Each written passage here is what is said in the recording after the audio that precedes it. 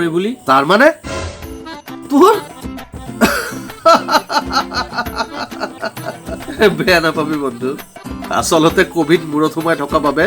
আন চিন্তাচোন নহয় হ'ল প্লিজ প্লিজ প্লিজ ভাই খনিৰৰ আগত এইবোৰ কথা নুলিয়াই নহ'লে মই তামাম লাজ পাম দে হ'ব দে নকওঁ দে আবেলি আহিবি মিঠাই খাবলৈ ঠিক আছে হ'ব দে